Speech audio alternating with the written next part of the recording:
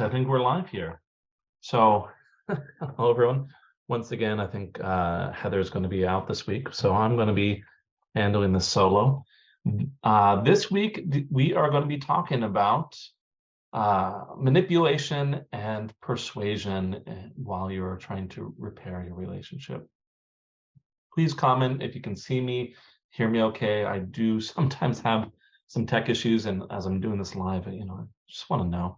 And just also comment if you feel like your spouse is being manipulative, or maybe perhaps there's been some complaints that you have been manipulative. Let me know. I do check out the comments as I am, going through this live stream. So, like I said, what we're talking about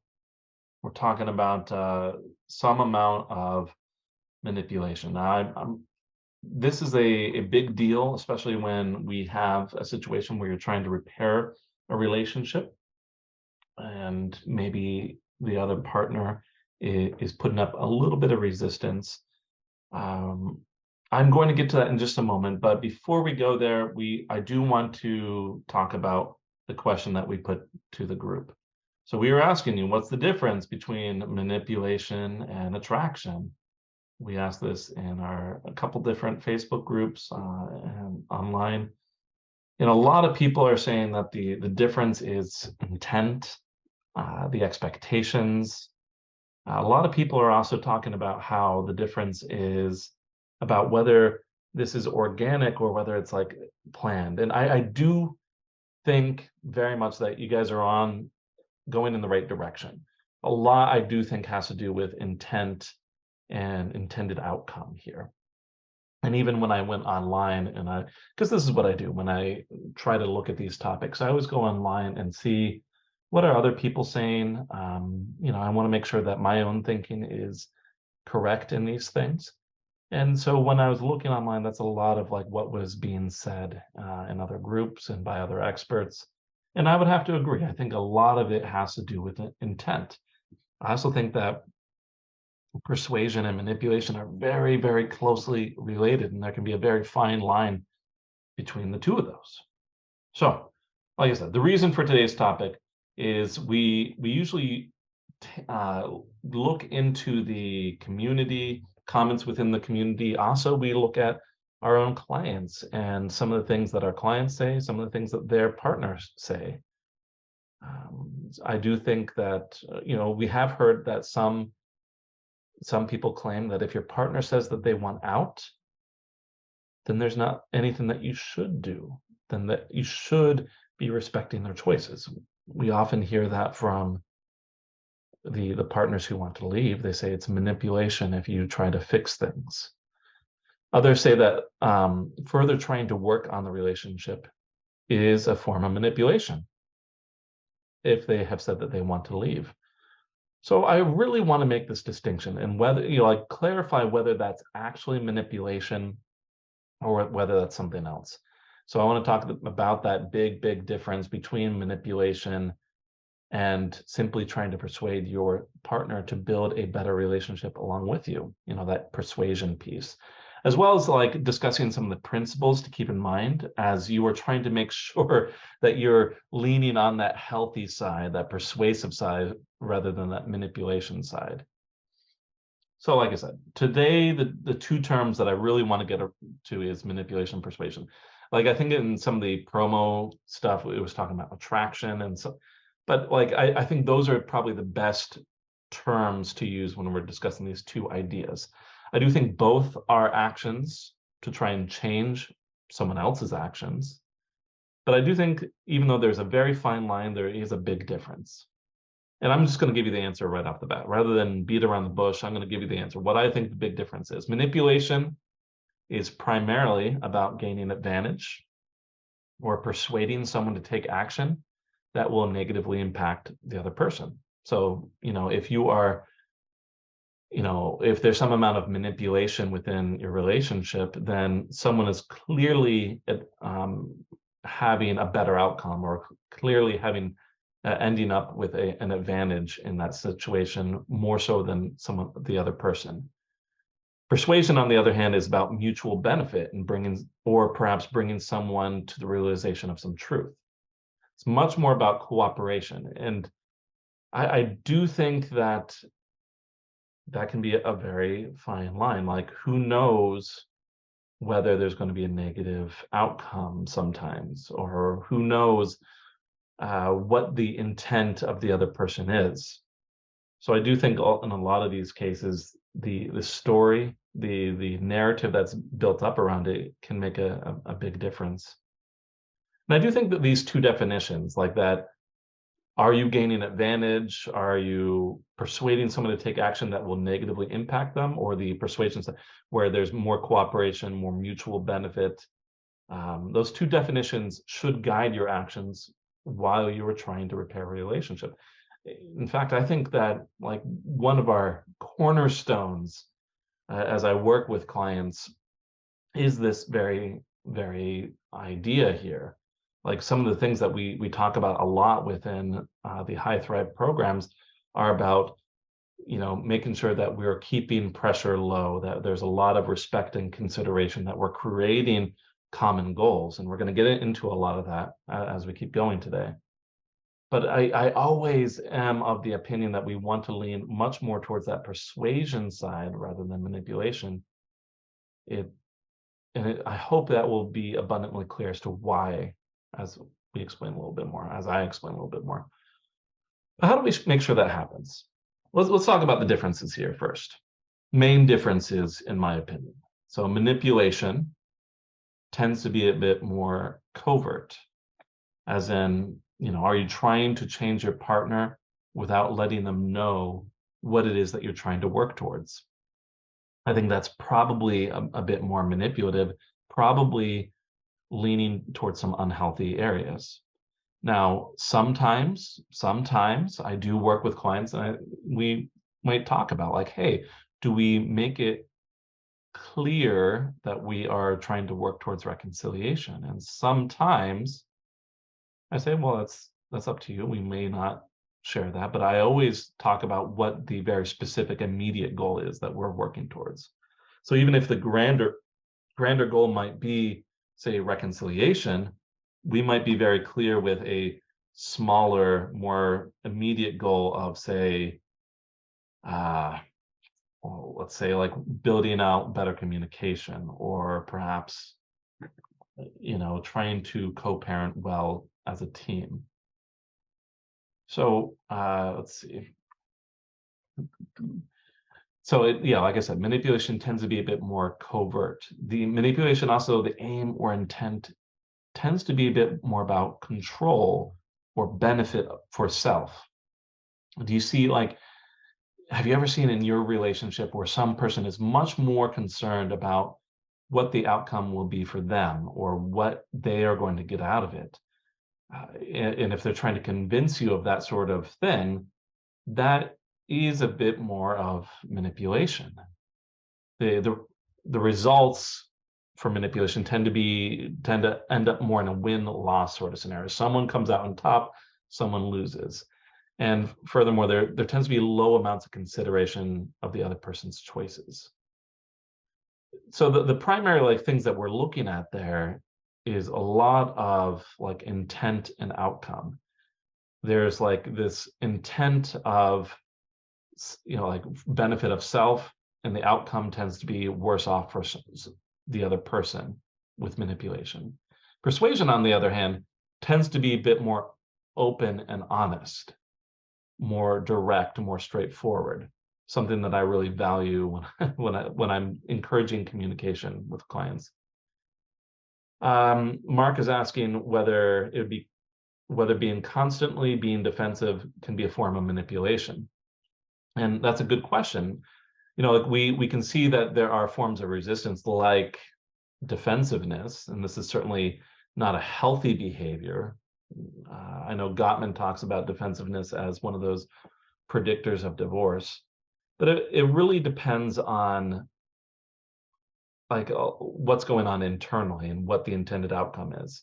So if it's defensiveness as a way to get someone to act in their benefit. Like, I'm not going to talk to you unless you do what I say, or I'm not going to, I'm not going to even consider what you have to say unless you do this thing for me. That would be more of a manipulation. Whereas simple defensiveness, where you're just defending your own actions, you're not considering the other person's side of the story, just straight up defensiveness, may not be manipulation in and of itself. Like I said, I think a lot has to do with the intent and what the general outcome of that defensiveness would be. That's why I'm going back to those principles, Mark. It's like those two things. So like if we were to take that defensive action that Mark was asking about and make it more persuasive, then the defensive person would be much more direct about what they're wanting, the open, honest. The defensive person might even, try and cooperate with the other partner. Like persuasion tends, the aim and intent is a lot more to improve the situation mutually and to cooperate to improve the situation overall. I do think that with persuasion results, if it's going to be like healthy persuasion, there's going to be more of a favorable outcome to all involved. And, if we're going to add in like that extra bit of respect, there's a clear choice involved. It has a lot of respect and consideration for the other person.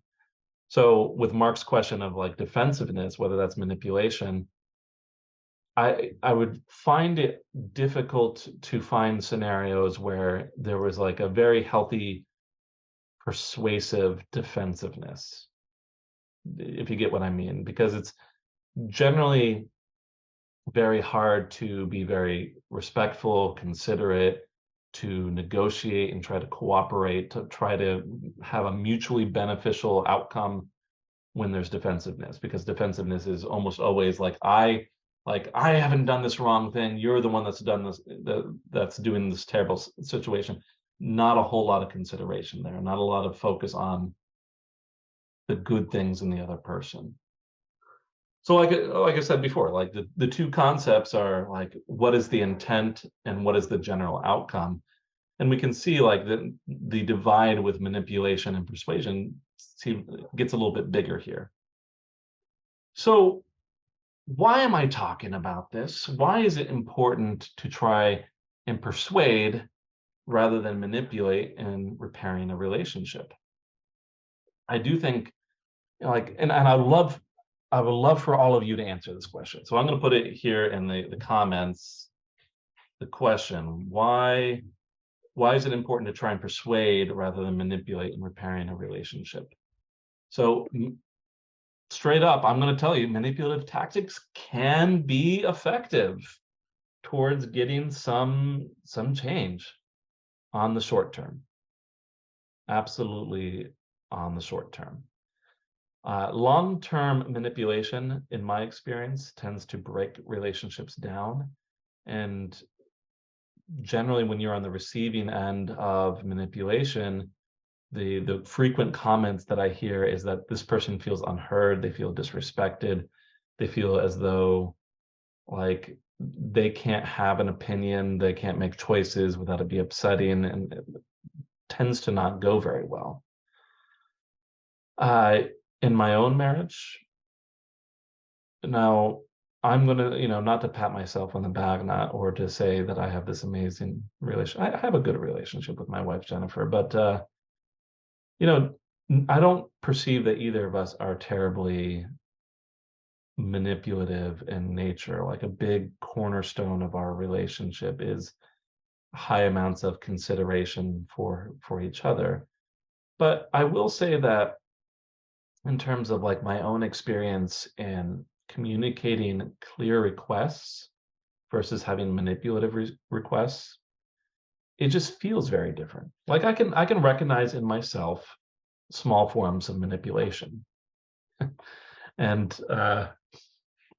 if my wife watches this, she'll probably chuckle and roll her eyes a little bit. But there's occasions where, say, for instance, I'm not feeling especially well, and I might ham it up a little bit in order to get a little bit more care from my wife.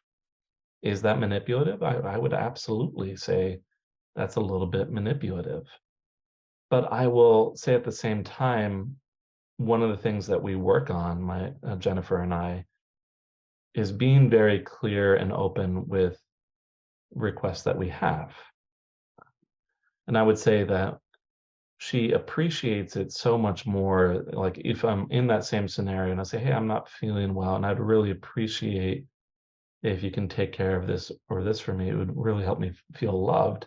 That's a scenario where my wife is like glad to give me that kind of support. And it, and vice versa. It creates a lot of respect and a lot of care. It helps us to really understand how we can each feel supported and loved. And overall, just creates so much of a better loving environment. Um, so Okay, so Donna's asking a question here. She says, my ex will send texts, I'll reply and support, then I'll ask a question or tell him what I'm doing in life, and he picks and chooses to answer. Is that defensive or manipulation or something else? Donna, that sounds a little bit like something else. I'm not sure. And like we're talking about here, there's like, what's the intent? What's the outcome? I would say that in your situation, that's a little bit more what I would call stonewalling. The stonewalling is presenting just like basically nothing in response. And it's a way to protect you. Yeah, as like Leanne is saying, like Marc is protecting himself, like the earlier comment. But yeah, for Donna's thing, I do think that's a bit more stonewalling if we're having to label it as something. But yeah, in terms of why it's important to try and persuade rather than manipulate, my example there, in my own marriage, while my wife and I aren't trying to like patch everything, we're not at this like critical state or anything, but the same sort of feelings apply, whether you're repairing or whether you're trying to maintain or build up a relationship, is that in general, that more persuasive approach tends to feel healthier for all involved. It tends to be viewed as more healthy. Tends to you tend to get less resistance. You tend to get more cooperation when when that respect, that consideration, when there's like a mutually beneficial goal, when those are all involved. And that's why like I really try to push for those things, and why I get nitpicky with some of my clients and some of their communication. I say, hey, don't say it this way. That's a bit manipulative. Or try to do it this way so that they feel like they're making that choice with you.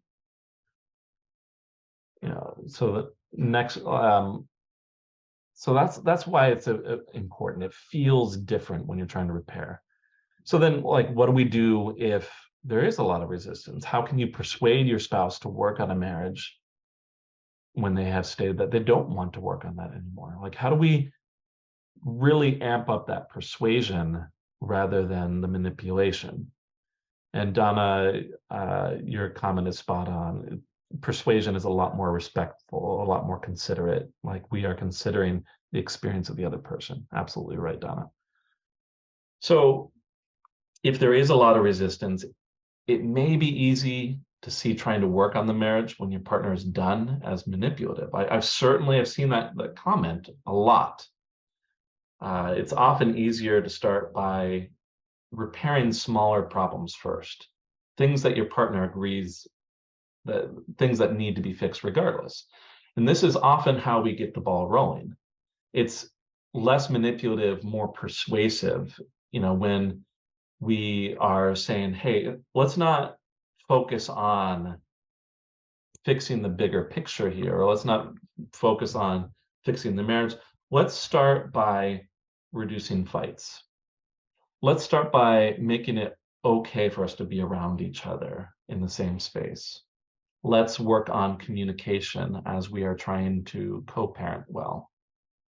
And this is often like where it becomes a lot easier to get that cooperation, and you can be a lot more persuasive, especially if you are selling on some things that they want themselves. Adonis is asking, how do we persuade when we don't know their story? If they're cordial and then cold, they're helpful, but then want to be completely done. And that's a good question. We talk about the narrative and story a lot in the podcasts, and when I work with clients, and that back and forth can be really confusing. If we're talking about this in terms of manipulation versus persuasion and how do we persuade them to start working on some things, then we need to figure out, in Adonis's case, like we need to figure out like what it is that, you know, like what your partner is wanting here, like even on a basic level.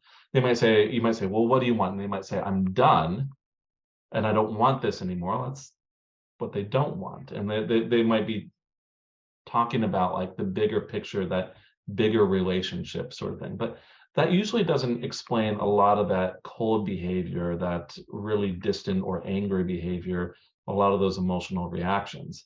Oftentimes, even as things are pulling further apart, there are things that your partner may be wanting from your interactions.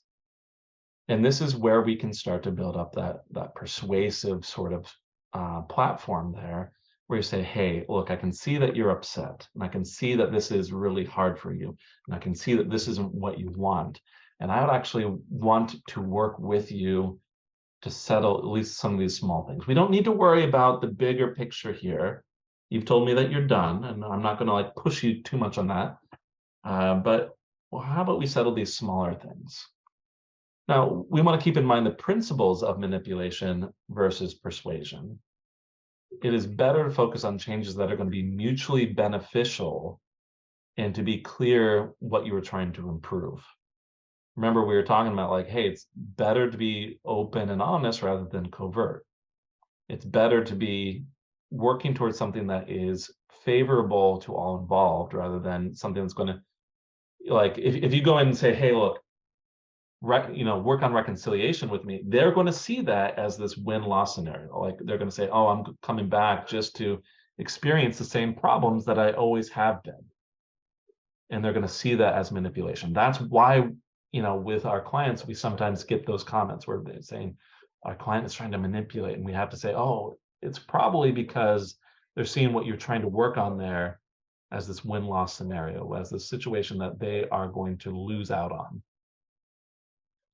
So by creating those common goals or focusing on improvements that will benefit both of you, regardless of what the overall overarching outcome is wanted, like regardless of what happens, you can often gently persuade your partner to start reconsidering those smaller things, and then later on some bigger things.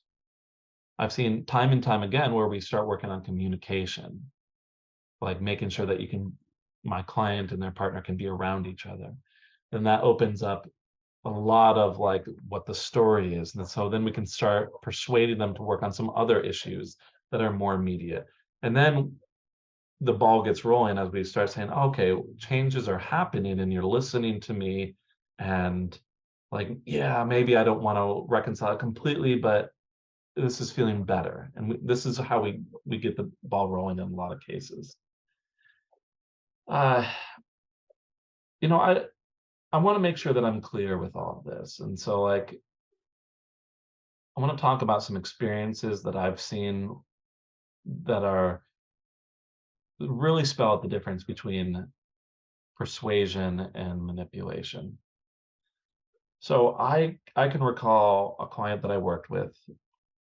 She had a husband who had essentially, it was an emotionally abusive husband. There were multiple affairs. He was frequently blaming her for his actions and describing her very negatively, like saying that like if she wasn't being such a disgusting person, and so on and so forth. Basically, he was complaining to my client that she isn't, like one of the other big things is he was complaining that to my client that because she wasn't being forgiving, she was being disgusting. while he was not addressing his own behavior. This was manipulation. So here is the husband who just wanted, like when he was done with the affair, he wanted to come home and he wanted his wife to attend to him and to be that loving wife, and was getting very upset when she wasn't being that loving, forgiving wife, even though he had committed multiple affairs. The intent was to have some benefit for himself without consideration of how it was impacting my client.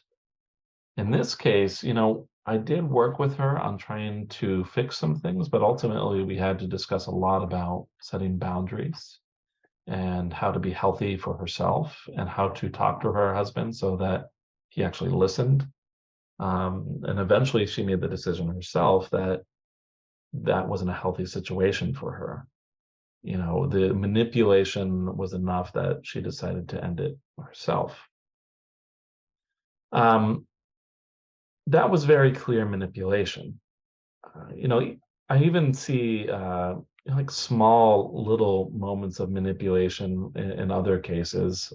Like, and almost always the theme is like that intent of having, like gaining some benefit without consideration of how it impacts the other person. Like I think even within our own families, sometimes we ourselves or even our children can be a little bit manipulative, right? There's small moments of manipulation from children and their requests, even if that's not like the way that they're thinking about it. But always when I'm trying to think of like that big difference between manipulation and persuasion, I keep going back, like to the most familiar relationship I have, and that with my wife. I can recall, when I was down, I was feeling really depressed many years ago, and I was between jobs and really having a rough time. And my wife was wanting things to improve. So a lot of like what she talked about was very much about like seeing my potential and seeing what like all the things that I could offer. And it was a lot of persuasion to try and get me to start this very business right here. I could very easily have seen that as manipulation, but if I look back, a lot of the language was very supportive. It was very encouraging. It was very positive. And so it was very easy to see that the intent was for my benefit. Even though like in like many people might see something like that as manipulative if you keep going on. And I'll admit I put up some resistance. I had a lot of doubt in myself, and I didn't exactly want to take this big leap in starting a business. But like I'm trying to illustrate the difference between that persuasion and manipulation, and very much I can recognize that it wasn't so much that she was going to benefit, it was a lot of consideration for what would be good for me, even though that I was putting up some resistance there. And that's a lot of how I make it make sense with a lot of the situations that I deal with. There are a lot of people, a lot of clients who have partners that are really hurting, and they may not see how things could be better. But I really help support my clients in creating that persuasive stance there. Creating that situation where it's very clear that it's beneficial, that the intent is to benefit the partner that's wanting to leave. And I think by leaning much more into that persuasive stance rather than that manipulation stance, it creates a place where when things do work out, it's much more healthy and the person is more enthusiastic about participating. quote I really like in terms of like manipulation and persuasion. Your influence is determined by how abundantly you place other people's interests first. And I think that that principle applies here. And I think that when your partner sees that, how abundantly you are placing their interest first when trying to convince them to work through things, when they can recognize that, I think it tends to really start getting things going in a much better direction. Donna saying, yeah, I like healthy communication rather than stonewalling or lack of answers. Even if we are divorced, I want to support him, acknowledge his challenges, plus influence him with positivity to help his beliefs change from his negative narrative. To see that I'm a safe place for him, it's tough work. And you're right, Donna, it is tough. And Adonis is right in that this is a reoccurring theme with a lot of the people in this audience here. It's hard to create, and like Adonis says, it's hard to create that safety and trust, and that safety and trust is key. And that's why I came to this topic today. Leaning much more towards that persuasion really helps build that sense of safety and trust. And so if you can remember that as you were trying to persuade, as you're trying to convince your partner for some change, I think you'll come out a lot better, or at least it will feel a lot healthier in the end. All right. If I do want to put the other questions here into the chat, I forgot to do that while I was doing this. Let's see. Oh, actually, it was just the one. Anyways, if you have more comments, more questions, let us know. As you saw, I was reading the comments here as I was doing the live stream. I always like to have a bit of a conversation when I'm doing this. And I do check the comments, I give it a little bit of time and I come back to it. So if you have some questions, let us know. I'd love to give some support. With that, thank you all for listening, and hopefully we'll have Heather back here next week, and I'll catch you all then. Thanks for listening to The Thriving Marriage, your A to Z blueprint for not just surviving marriage, but thriving. Until next time, my friends, thrive on.